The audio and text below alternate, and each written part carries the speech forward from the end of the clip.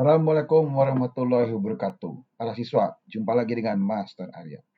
Kali ini Master ingin berbagi lagi bagian keempat ya dari soal USM ITB 2018 ya. Jadi soalnya kurang lebih seperti ini ya. Pertanyaannya adalah yang benar itu pernyataan berapa aja gitu ya, seperti itu. Nah, silakan bagi yang merasa tertantang untuk mencoba mengerjakan ya. Jadi dengan mempause video ini ya. Nanti kalau misalkan mentok, ya silakan video ini di play kembali gitu ya, seperti itu. Nah, tapi kalau dari sini ya, Master melihat bahwasanya untuk mencari apa namanya fungsi G itu apa gitu ya, kita tidak perlu mencari X-nya itu, jadi mencari fungsi G dalam bentuk X itu bagaimana gitu, atau mencari X itu dalam fx apa gitu ya, seperti itu.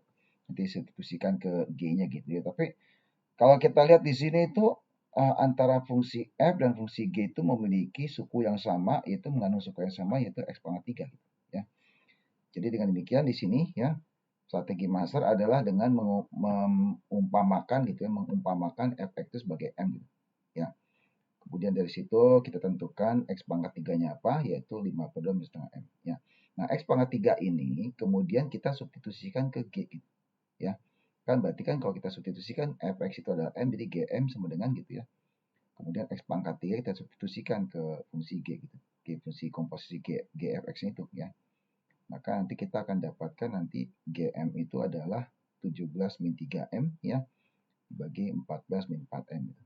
Ya, atau kalau misalkan m itu kita ganti x, maka fungsi gx itu adalah 17 min 3x dibagi 14 min 4x itu, ya.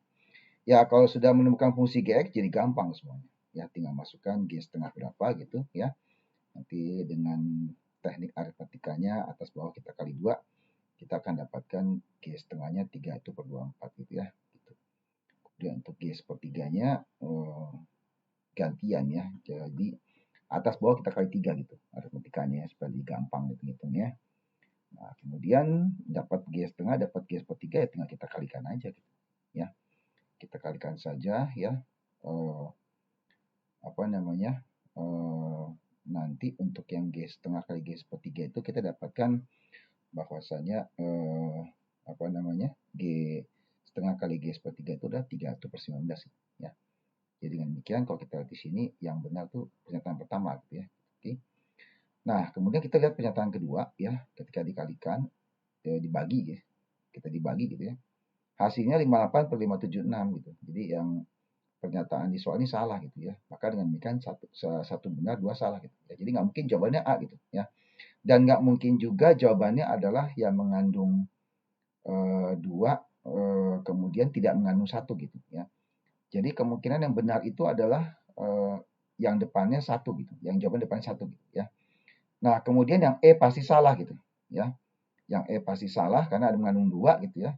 Jadi besar kemungkinan yang pasti benar itu adalah 1 dan 4 yang D gitu ya. Jadi kita sebenarnya nggak perlu ngitung lama-lama gitu ya. Cukup kita hitung yang I saja, nanti kita dapat jawabannya gitu ya. Namun demikian untuk memberikan gambaran ya, Master coba kasih lihat gitu ya, membuktikan bahwa yang 4 itu memang benar gitu ya. Nah, ini kita lihat G setengah kurang G sepertiga adalah menghitung pecahan seperti biasa gitu, sisi pecahan gitu ya, dengan cara ya bawahnya kita cari KPK-nya tinggal kita kalikan gitu ya. Maka nanti yang G setengah kurang G sepertiga itu benar gitu ya, 13/456 ya, sesuai dengan pernyataan di soal gitu ya. Gitu ya. Nah, sebenarnya kalau menurut Master nggak perlu cara yang keempat itu gitu. Karena dari susunan jawabannya ya, 2 udah pasti salah, berarti nggak mungkin ya. Nggak mungkin jawabannya itu adalah mengandung 2.